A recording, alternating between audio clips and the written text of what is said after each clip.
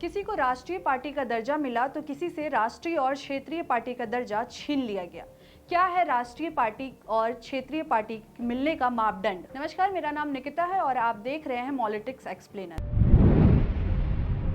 आज हम politics explainer में यह जानेंगे कि राष्ट्रीय पार्टी और क्षेत्रीय पार्टी के मिलने का क्या होता है मापदंड। चुनाव आयोग ने आम आदमी पार्टी यानी आप को राष्ट्रीय पार्टी का दर्जा दिया है। वहीं 3 राजनीतिक दलों से राष्ट्रीय पार्टी का दर्जा छीन भी गया है।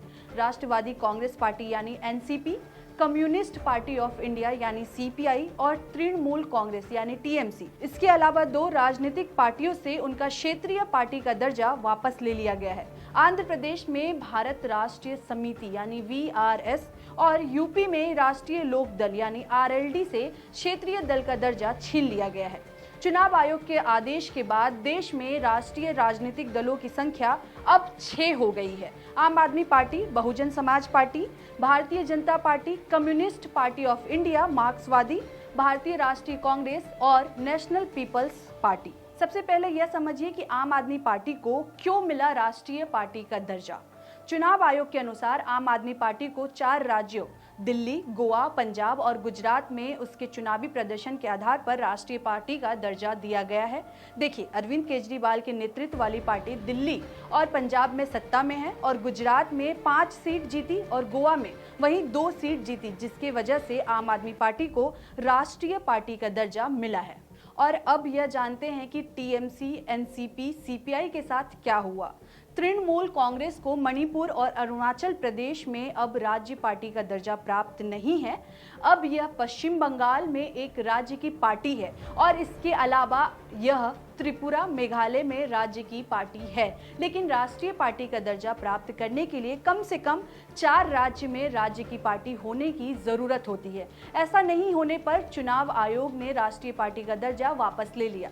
ममता बनर्जी की पार्टी को 2016 में राष्ट्रीय पार्टी का दर्जा मिला था। चुनाव आयोग के अनुसार ओडिशा और पश्चिम बंगाल में सीपीआई ने अपना राज्य पार्टी का दर्जा खो दिया है। अब यह सिर्फ केरल, मणिपुर और तमिलनाडु में एक स्टेट की पार्टी है।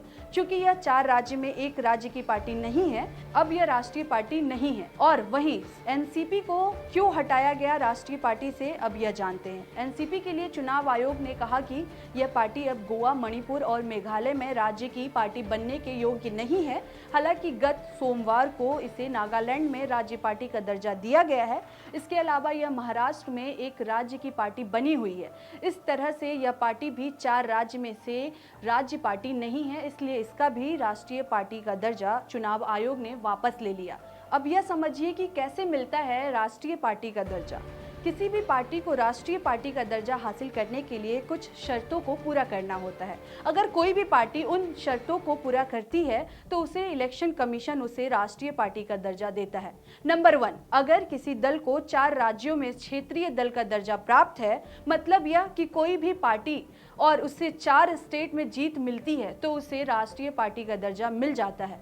नंबर 2, एक राजनीतिक पार्टी अगर 3 अलग अलग राज्यों को मिलाकर लोकसभा की 2% सीटें जीतती है, कम से कम 11 सीटें जीती है, तो यहाँ यह जरूरी होता है कि ये 11 सीटें किसी एक राज्य में ना होकर 3 अलग अलग राज्यों में होनी चाहिए। ऐसी स्थिति में राष्ट्रीय दल का दर्जा मिल सकता है।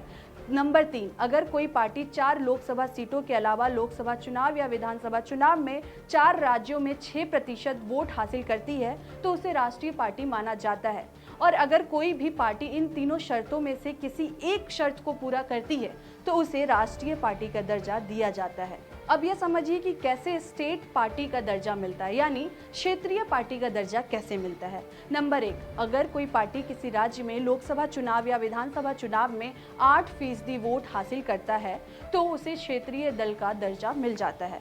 नंबर 2, अगर किसी पार्टी को विधानसभा चुनाव में 6% वोट मिलता है और वो पार्टी 2 सीटों पर जीत हासिल करती है, तब भी उसे स्टेट लेवल पार्टी का दर्जा मिलता है। नंबर 3, अगर कोई पार्टी विधानसभा चुनाव में 3 सीटों पर जीत हासिल कर लेती है, भले ही उसका वोट परसेंटेज 6% से कम हो, तो भी उसे स्टेट लेवल पार्टी का दर्जा मिल जाता है। राष्ट्रीय पार्टी होने के फायदे क्या होते हैं, अब इसे जानते हैं। किसी भी राजनीतिक दल को राष्ट्रीय पार्टी बनने पर कई फायदे होते हैं। राष्ट्रीय राजनीतिक दलों को निर्वाचन आयोग से कई विशेष अधिकार और सुविधाएं मिलती हैं, जैसे नंबर 1, राष्ट्रीय पार्टी को विशिष्ट चुनाव चिन्ह का आवंटन किया जाता है तो राष्ट्रीय पार्टी के चुनाव चिन्ह को पूरे देश में किसी भी दूसरी पार्टी के द्वारा यूज नहीं किया जा सकता है। नंबर 2, मान्यता प्राप्त राज्य और राष्ट्रीय दलों को नामांकन दाखिल करने के लिए केवल एक प्रपोजर की जरूरत होती है।